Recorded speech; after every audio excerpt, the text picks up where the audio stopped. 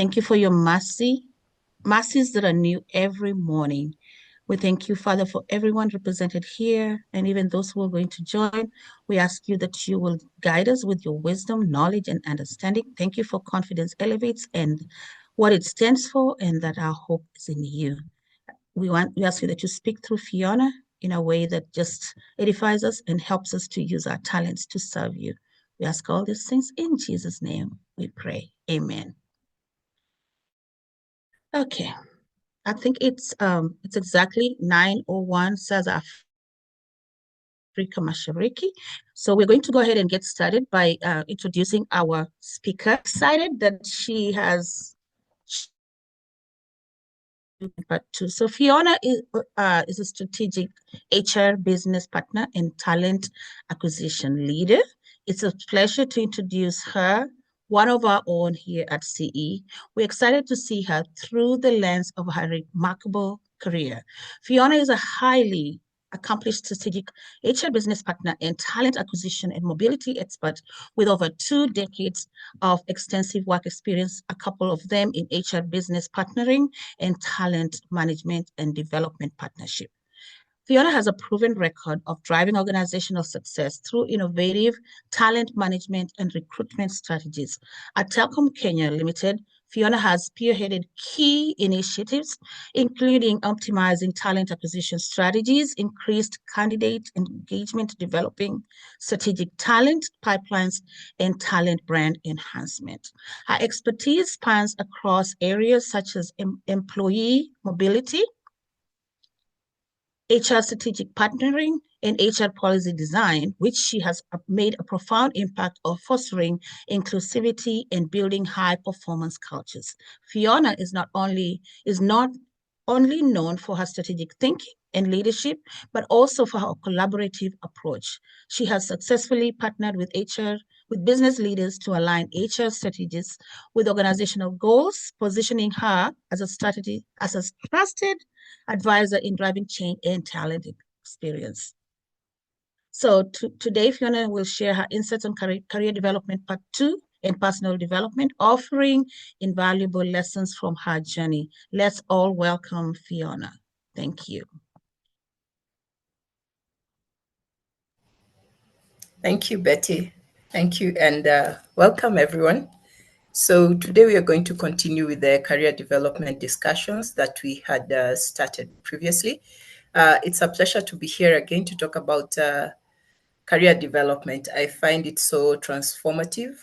And as we talk about career development and intentionality, we always explore how intentional career planning and growth can significantly shape our path, giving us purpose and fulfillment. So we recap what we did in part 1. We discussed the fundamentals of career development and how it differs from career planning. What we said is that career development is a continual process of learning, adapting and growing within your profession, unlike a career plan, which focuses on structured and time-bound goals. So in career development, we had said that it emphasizes on personal and professional growth over a lifetime. And this growth is driven by intentionality, what you intend to achieve, what is your plan, and what is your purpose in the career development aspect. So we also talked about taking deliberate actions and making conscious decisions to shape our professional path. So we also explored how to define our career path. We started from entry level to when we were retiring, the legacy part of it. So we highlighted the importance of foundational skills, continuous learning, and building early networks. The key points included recognizing the difference between a job and a career, and assessing the alignment of our initial roles with our long-term aspirations, and that taking how rapid technology can affect the relevance of specific skills and degrees that we have. And we also discussed about setting career goals from short-term to long-term, and the importance of self-assessment, performance reviews, and seeking growth opportunities. During part 1, we also touched on 2 models of career development, the 70-20-10, 70% of development that came from experiential learning, that's on the job, 20% from relationships and network, that was from coaching and mentoring, and then 10% from formal education, the workshops and the online courses. We also touched on the SMART goal setting model, where we talked about having specific, measurable, achievable, and relevant time-bound goals for career development to ensure that each step that we takes us closer to career advancement. So I think we are ready for part 2. With that foundation, we can dive into part 2 and explore the next phase of career development with intentionality. So the power of intentionality in career development. Dr. Carol Dweck, a growth mindset philosophist, gave us a theory that emphasizes that viewing obstacles as growth opportunities can unlock significant potential. And this is very true as we grow into our different career paths. When we start our journey in offices or in businesses, you'll find that there are a lot of obstacles. Even you not growing is an obstacle. If you find that you have been in one position for a long time, it is something that can really undermine your motivation to continue working. But that obstacle could also be a growth opportunity where you think, what do I not have? What gap do I have that is making me stay here? That is not making me unlock my potential. So those are the things that we are going to talk about, the power of intentionality. So part of the framework for intentionality in career development is self-reflection and clarity of purpose. There is a book I read. It's called A Man's Search for Meaning. It's written by Viktor Frankl, and it states that having a purpose, is very essential in overcoming obstacles and staying committed to our goals. And I found that very revealing. I took an example. If you're driving, you're going to Bondo, let's say, and on my way to Nakuru, I get a puncture. I will not stop and go back because I have a goal to get to Bondo, and that is my driving force. So even in our careers, what is stopping us? Why are we not moving? What self-reflections are we doing as employees? What self-reflections are we doing as maybe students? I'm looking to attain these points for me to be able to get into this job. What is stopping me? What are the obstacles that I'm facing? And how am I going to overcome those obstacles and stay committed to my goal? The next thing is setting the SMART goals that we talked about. And this one, we really talked about it in the part 1. So setting goals as a way of increasing our success rate because we are really accountable to ourselves. And then the third one was cultivating the discipline and consistency. With the intentionality, it's not just about setting goals. It's about being consistent. It's about the small actions that we take every day to reach these goals. Every day that you put in time, it's a day that you specialize in what you're doing. And that is actually what happens when you're doing talent, when we get in people from 24 to 30 years. Every day that you do a task, you begin to become a specialist in it because you're doing maybe routine things, you're putting in work, you're putting in thought process, and that's how you become a specialist. That is how you move from maybe being an entry level to a specialist level. It's because of maybe doing small actions every day that help you to reach to those goals. And then seeking regular feedback and adaptation. So Mechoka Kiva. Nilianza kazi mapema.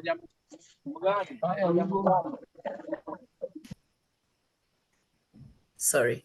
So intentional professions don't wait until annual reviews to get feedback. Yeah, you'll find that employees who actually grow, they usually get feedback like quickly. So do you have those weekly reviews with your bosses? Do you plan them? You call them catch-up sessions. It's very easy for you to then pick up the gaps from there. So you proactively seek to keep improving. You have regular check-ins with your team members. If you're working on projects, have regular check-in with team members. Find out where are we dropping the ball, and what part am I playing in dropping this ball? Is it something that then needs me to go and learn more about it? Is it something that I know? Is it an attitude problem? Is it something that I can change to be viewed as maybe a big contributor in that project? So talk to your team members, talk to your peers or mentors, and allow them to stay on course and adjust their approach as needed. Let them know this is what I'm facing. It's usually very good to speak up. Let people know this is what I'm facing. Own up to your shortcomings. If you did not do it because of procrastination, just own up. I didn't get it because of this, but this is how I'm going to move going forward. In the next catch up session, you'll always find that you've improved on something, but upon improving on something else, there'll also be another gap that can be noted. And you just keep working on it. Like we said, the obstacles, let them be our building blocks, helping us to grow as we continue forward.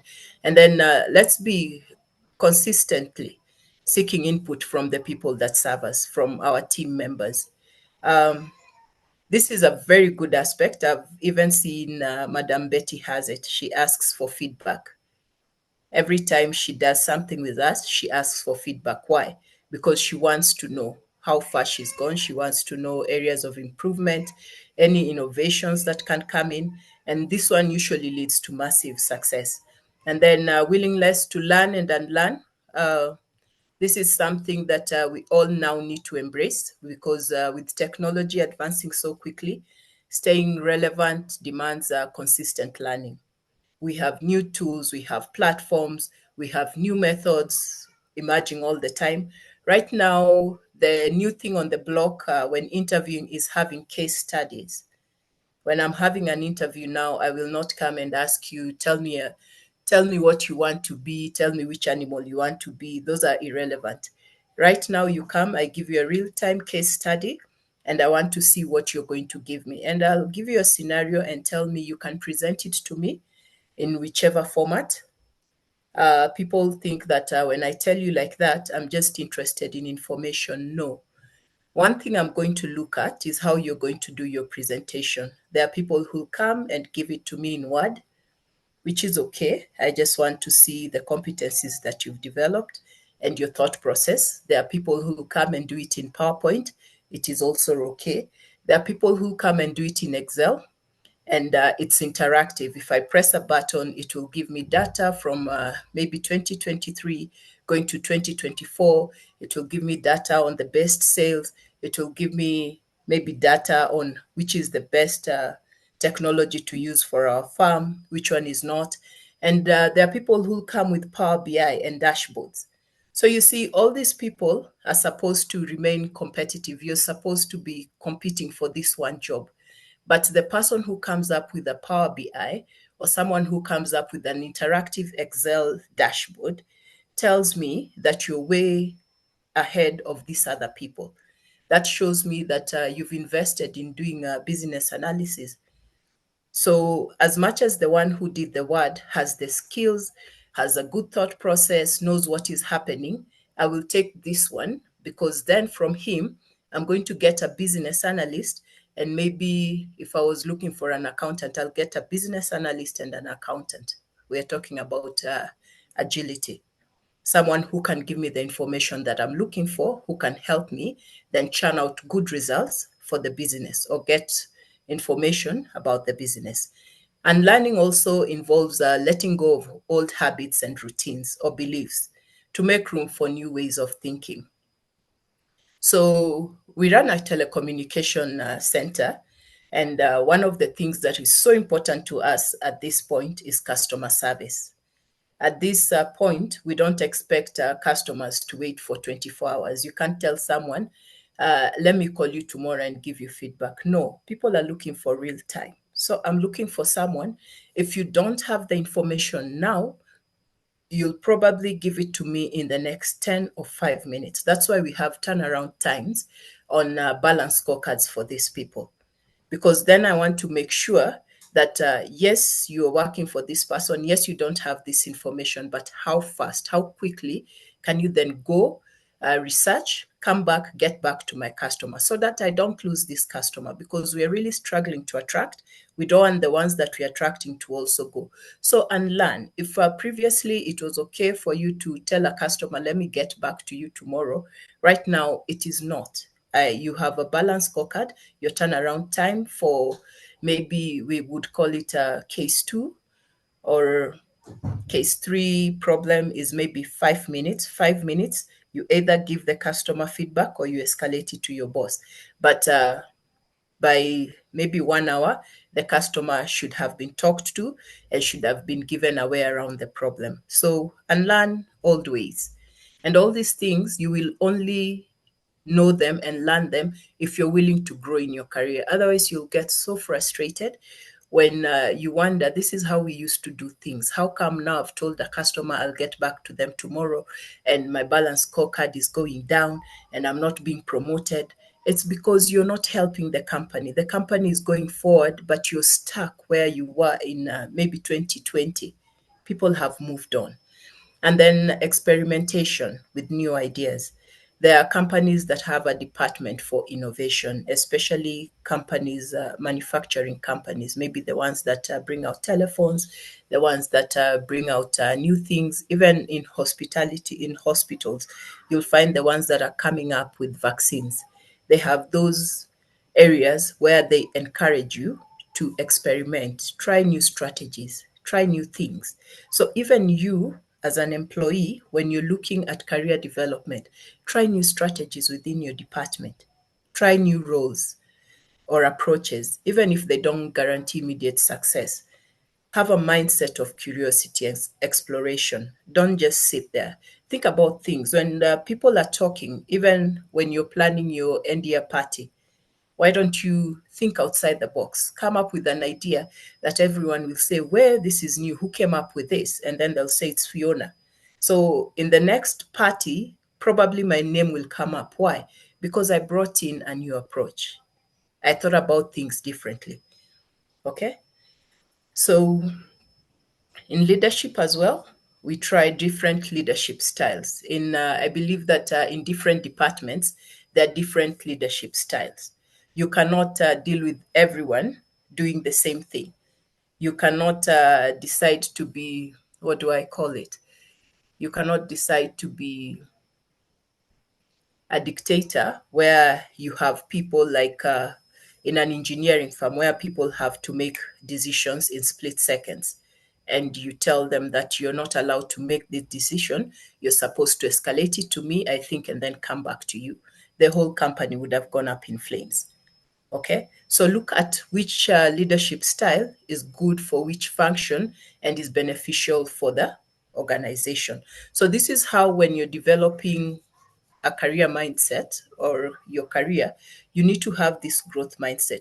Look at the environment where you're in and try and broaden your skill set so that you see, in this type of organization, this is what will work, this is what it will not work. Do not expose yourself into organizations or situations where you come in with very old technologies or very old thought processes that people start wondering, was this a good hire? Then build resilience. Things are changing very fast. So our capacity to handle setbacks and remain motivated is quite invaluable. So we find that resilience helps us to rebound from challenges and maintain a positive outlook, and even continue to work towards our goals despite these obstacles that we are talking about. So together, these qualities empower professionals not only to keep up with the changes, but also to leverage it as a source of growth and opportunity. So we talked about building foundations. You'll find that at entry level, we said that you define your career path and you build core skills. So career success today hinges on adaptability and requiring a strong willingness to learn, experiment, and build resilience. Our workspace is evolving very rapidly, I should say. The pace of change driven by technological advancements and shifting job markets has had us, even as recruiters, to reshape what it means to thrive professionally. right now, when we are looking at hiring people, the job market, the landscape has really changed. Not everyone wants to come in 8 to 5. No, there are people who want to work remotely. There are people who are working globally. They are working here, but they are living here, but they are working for US companies. They are being paid in dollars. So, as a recruiter in Kenya, what do I have to do to maybe retain, attract that talent and keep it? What does that talent have that is making me go and seek it out? Because the minute I started hunting, it means that that's a prime talent. It means that I'm going to play prime for that person. But what does that mean for you as someone in the job market? What skills do you need to then have for me to seek you out? Because this is now me reaching out to you and looking for you and asking you that I have this opportunity and I would like us to have this conversation. You see, it's the employer coming to you, it's not the employee coming to the employer. So we'll go with your terms. But what is it that you have that would make me do that? So these are the things that we talked about, that at entry level of your career, it's a time of learning and growing. You're establishing foundational skills. You're looking at the diverse job roles that you're going to have, because when you get into your first job, you're given a lot of things to do, because you're a jack of all trades, a master of none. So we'll give you a lot of things to do. So it is really up to you to go and do your research, to go and find out this job that I'm doing, what is it that I would like to specialize in? Because from it will give you around 8 to 10 years for you to specialize. So during the mid-career, when you started specialization and strategic growth, I would have expected that at this particular point, your foundational skills are beginning to specialize. If you've done recruitment for 5 years, you're a senior recruiter, and it should show. It should tell you right from asking someone the first 2 or 3 questions, you're able to gauge if this is the person you're looking for or not. Yeah. So your focus should shift to acquiring strategic skills and networks. I was reading a Harvard Business Review note that was saying that mid-career is a time to leverage on networking. And this is something that we talked about. That means that you're nurturing a mentorship relationship or joining professional association. It's also at this stage where we develop our career anchors. So career anchoring was a concept that was developed by Edgar Schein. It's about deeply ingrained values and motivators that drive and guide our career decisions over time. So Shane tells us that each person has one or more career anchors or core values that play a significant role in shaping their career choices. So I'll talk about 3. One of them was managerial competence. There are people that you meet them when they come in. People with this anchor are motivated by the desire to lead. You will just see them. Some of us will say, huyu ako na kimbelembele, but it's not kimbelembele. That is their career anchor. Their motivation is to lead, is to solve problems. These are the people who speak up in meetings. They make impactful decisions within the organization. They tend to seek roles that allow them to raise in managerial or leadership positions. Then earlier on, they may start this with the focus on gaining the skill for promotion or leadership roles in their career. But later on, these are the people that you'll find he's 36, but he's already sitting in an exco position. And then you'll find that these are also the people that might shift maybe to become mentors, or maybe join board roles or advisory positions. So these are the people that if the boss is not there, they're willing to act. I'm going to do that. They don't mind making mistakes. They will own up to the mistakes. They will take it as a learning step and move on with it. And then there are people who don't have this career anchor, that when the boss is there, they've been identified to have capabilities to do this role. But when they are told that please step in, they would say, oh no, then I'll have to talk to the CEO. No, please give it to someone else. You see, those are career limiting decisions that we make. But maybe it's because our career anchor is not on managerial competencies. Then there's autonomy and independence. People driven by this anchor prioritize freedom and self-direction. They're drawn to work environments where they have control over their tasks, their pace, or creative decisions. These are people that you'll find that like remote working, they like consulting, and I've seen a lot of them this time. They really love freelancing. Young people, you call them, software developers, they'll tell you, I don't want to give you maybe 8 hours, but I can afford to give you 5 hours. Just let me know what you want me to do, and I'll give it to you within the time that you've given to me, because they don't want to give you their independence. They have a lot of things running for them. So people who choose these roles that allow flexibility are autonomy driven. Over time, they may seek positions that allow for more independence, maybe project-based work. These are the people you'd hear. They're working for this company. They're in Somali, USAID today. Next time, they're working with the UN. They're doing some humanitarian aspects in Southern Sudan, or they go full-blown in entrepreneurship, where this is what I've developed and this is what I'm doing. And so I decide that I'm going to run with it and ensure that maybe by the time you need me, this is what I've done for you. And then there is security and stability. I think this is where I am. These are the people that you find that we are big on. We're big on security and stability. We look for anchor jobs, jobs that offer us job security and stability, jobs that are predictable career paths. We know that if I do 5 years, this is where you'll grow to. But these jobs are also diminishing because, like we said, uh, a lot of our jobs these days, it has changed. No one is going to give you any stability anymore. It's your work that speaks for you. We might focus on this legacy building for these roles with reduced risks and predictable workload, but in 2024, it might not work. So those career anchors also help us to guide our decisions by influencing what we seek or avoid in a job. If I don't like talking to people and my career path is on communication, internal communication, then I will just know that this is not a job for me, and I will try and reroute my career or think about other things that I can do within the job. Remember, a job like and a building has different architectures. So you can change a job depending on what you want to do. You can decide, I can decide to specialize in something and be a center of excellence in it.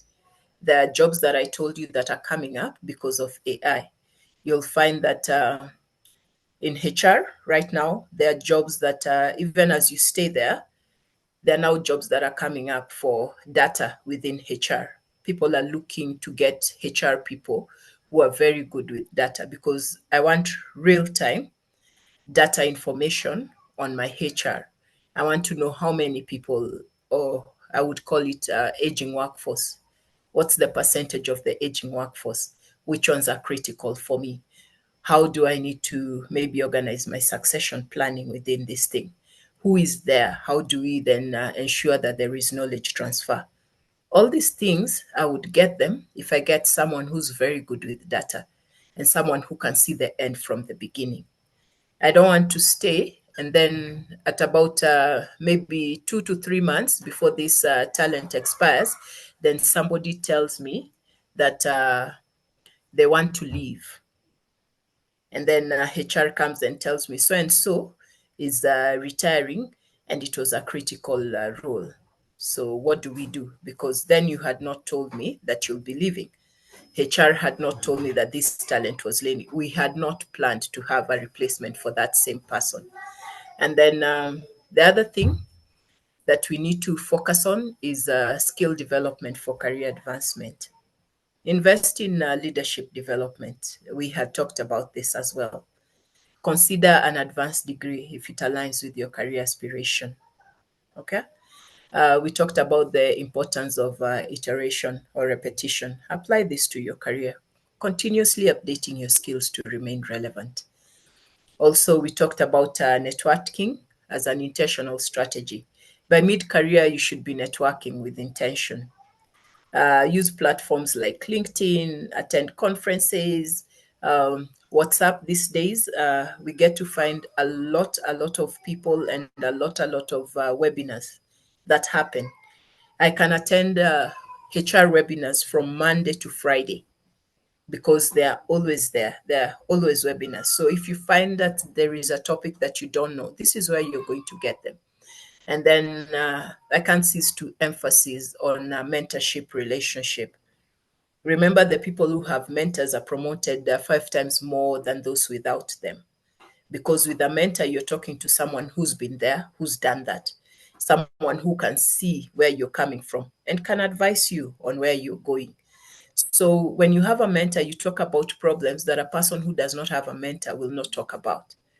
So your ability to grows exponentially rather than for the person who doesn't have a mentor, because I'm relying on learning on the mistakes that I make or maybe on the mistakes that other people make.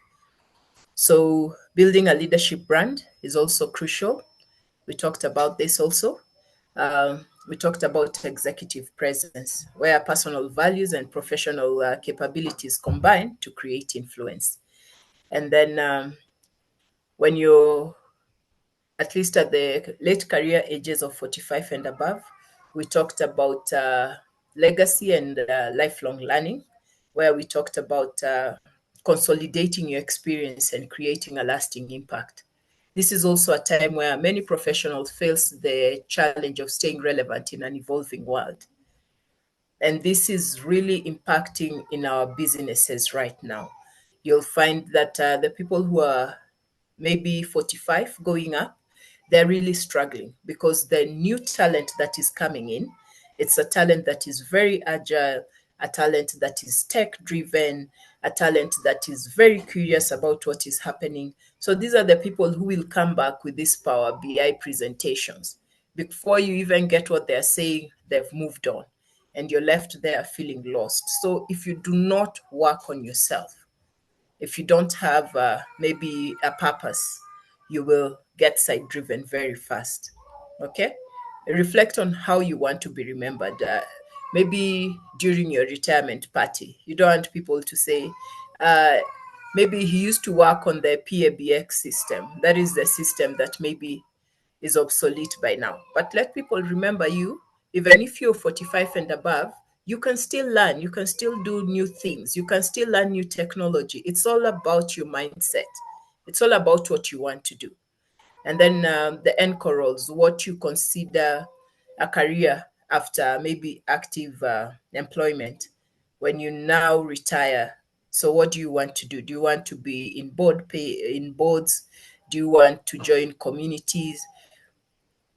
Maybe survey some anchor organization and find out what career you want to pursue. People like nurses, they continue with their work. You'll find like people like teachers, they move into being lecturers and all that. But you in the career that you're doing, if you're an accountant, what are you going to do? Though these days I've also seen a lot of accountants are now moving into investments and they're becoming investment bankers and telling people about investment, and those are the things that they're doing to keep them busy. And then knowledge transfer. What is the importance of knowledge transfer and how are you passing on your expertise? Do you teach people, ama you're the kind of people that think that, well, maybe these people don't appreciate me and this is what they should maybe do, they should go and learn in their school? No, create impact where you are. Let people know that this is what you've been doing, this is how you've been doing. Let these young people come up where we talk about them like reverse mentorship. They teach you on how things should be done, which is it's quite outstanding. If you check, you will learn a lot from these people. It helps you also sharpen up your mind, and if you're curious enough, you will find yourself joining this continuous learning and adaptability courses that come up. So let's ensure that we have intentional upskilling. Okay. There's a book that I'm reading by, it's called Thomas Friedman, Thank You for Being Late. It talks about ability as the most valuable skill in our fast changing world. You should check it out. And then learning through experimentation. Yeah. Learning and growing often comes through taking risks and learning from failure. Don't shy away from taking up new roles or projects. I told you how you can fix yourself within the work, looking for maybe job enlargement. Just go and ask for a chunk of it. They'll give you a chunk, you keep asking.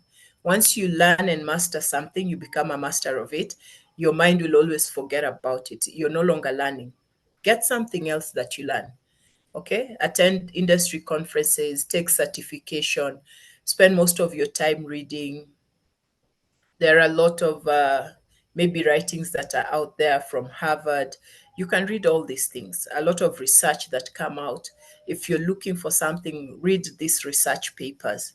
The research papers will open your mind, they'll open your eyes to so many ways that things are being done in the global perspective, so that even if you're going for an interview, you have a global perspective of how things are done. You're not talking about maybe you've worked in one company for 30 years. We're not talking about just this one company, because then I would say that maybe you've worked in 30 years for 30 years, but your experience is just within maybe a telco setup or maybe within a hospital setup, but you have a global perspective of how things are being done in the world. You can imagine going for an interview and you have an overview of how things are working in a bank, of how things are working in a hospital, of how things are working in a telco, because you've been reading, not because you've been there. Okay? And then let's think about integration of a balance. We think about setting boundaries that allow us to prioritize what matters to us. Okay? Let us remain focused on what is essential to avoid burnout. And then we protect our mental thoughts and our mental health. When you recognize a sign of burnout, be intentional about rest and recovery. Take time out. Even as you plan your career development, look for jobs or careers that are not going to ensure that you burn out. Think careers that are going to let you feel wholesome, feel appreciated, where you're going to thrive, where you're going to glow, where you're going to be recognized.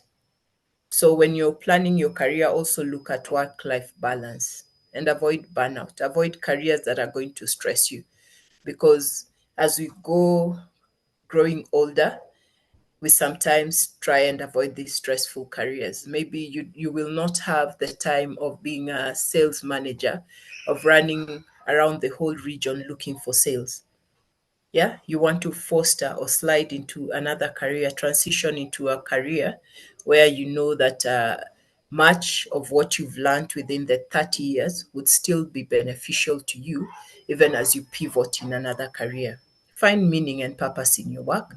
Um, Let us use SMART goals to measure the progress and celebrate long wins, and then continuous learning. Let us stay relevant by continuous updating of our skills and knowledge, attending webinars, attending maybe these professional courses that are there that people are asked to go to. Join memberships. I can see a lot of careers these days, they ask for your professional membership, because they know that if you're in one of those, they ensure continuous learning. And then where change is constant, let's be intentional and adaptable. And remember that career development is about the journey, it's not the destination. So, with that, I think I've come to the end of what I'd prepared. I don't know if you have any questions that I can address at this particular point.